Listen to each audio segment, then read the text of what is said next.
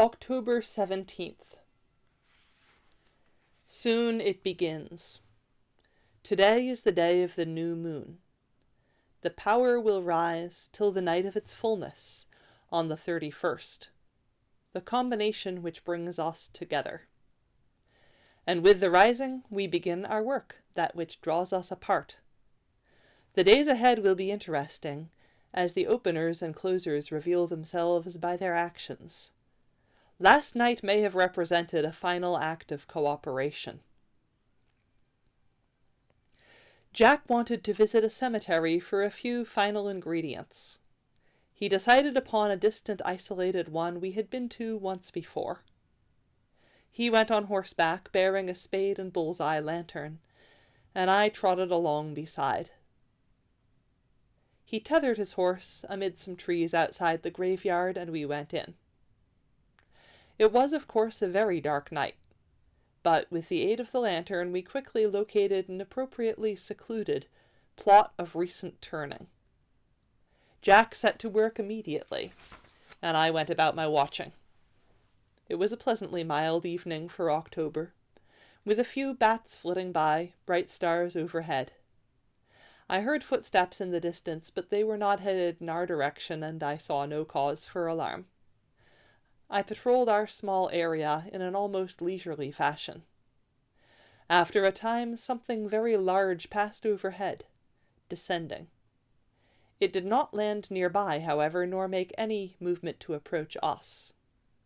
A bit later, something equally large passed, again descending, though in a different area than the first, and again making no overtures toward us. And I remained alert but voiced no warning. I heard horses on the trail a little after that, sounds of dismounting, more footsteps. Later, a wagon creaked to a halt, and I heard its brake being set. The sounds of a few whispered voices reached me then from various distant areas. I began to feel uncomfortable at all this activity. I patrolled farther afield, and listening closely I began hearing the sounds of spades from many directions. "I remember you," came a faintly familiar voice. "You're a watchdog like me, with big teeth." It was the graveyard dog, making his rounds. "Evening," I said. "Yes, I recall. Seems to be a lot of activity all of a sudden." "Too much," he replied. "I'm not sure I care to give the alarm. Might get mobbed. After all, everybody here is dead, so who cares? They won't complain. The older I get, the more conservative I feel. I'm just not much into heavy action these days. I do wish everybody'd fill up their holes neatly, though, afterwards. Maybe you could pass the word along?" "I don't know," I said. "I don't know who all's out there. It's not like a trade union, you know, with operating rules and policies. We usually just get the work done as efficiently as possible and get the hell out." "Well, it would be nice if you cleaned up after yourselves. Less trouble from me." "I'm afraid I can only speak for the master, but he's usually quite neat in these matters. Maybe you'd better approach a few of the others yourself." "I'm inclined to let it go by," he said. "Too bad." We strolled around a bit together then. Later, a voice very like Macabre's called out from down the hill, "Damn, I need a left femur, and this one ain't got one." "Left femur, you say?" came an ancient croaking voice from nearby, which could have been Owen's. "I've one right here I ain't using. Have you a liver, though? That's my need." "Easily done," came the reply. "Bide a moment. There. Trade?" "You have it. Catch?" Something flashed through the air to rattle farther down the hill, followed by scurrying sounds. "Fair enough. Here's your liver." There came a splap from higher up, and a muttered, "Got it." "Hey!" came a lady's voice then from off to the left. "While you're about it, have you a skull?" "Indeed I do," said the second man. "What'll you give?" "What do you need?" "Finger bones." "Done. I'll tie 'em together with a piece of twine." "Here's your skull." "Got it. Yours'll be along shortly."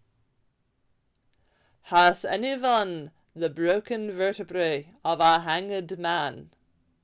came the deep masculine voice with a Hungarian accent from somewhere far to the right. There followed a minute's silence. Then, "I've some mashed ones here. Dunno how they got that way, though." "Perhaps they'll do. Send them along, please." Something white and rattling flashed through the starlit air. "Yes, I can work with these. What'll you have for them?" "They're on the house. I'm done. Night." There followed the sounds of rapidly retreating footfalls. "See," the old dog said, "he didn't fill it in." "I'm sorry. I'll be up kicking dirt all night." "Afraid I can't help you. I've got my own job to see to." "Eyeballs, anyone?" came a call. "Over here," said someone with a Russian accent. "One of them, please." "I'll have the other," came an aristocratic voice from the opposite direction. "Either of you got a couple of floating ribs or a pair of kidneys?" "Down here on the kidneys," came a new voice, "and I'm in need of a patella." "What's that?" "Knee bone." "Oh? No problem." On the way out we passed a white-bearded, frail-looking man, half a doze, leaning on a spade near the gate. Casual inspection would have had one believe him a sexton, out for a bit of night air, but his scent was that of the great detective, hardly drowsing. Someone had obviously spoken too publicly. Jack muffled himself, and we slunk by, shadows amid shadows. Thus was all our work quickly concluded, to everyone's satisfaction, save for the tired hound. Such times are rare, such times are fleeting, but always bright when caught, measured, hung, and later regarded in times of adversity, there in the kinder halls of memory, against the flapping of the flames. Forgive me. The new moon, as they say, gives rise to reflection. Time to make my rounds. Then some more dragging.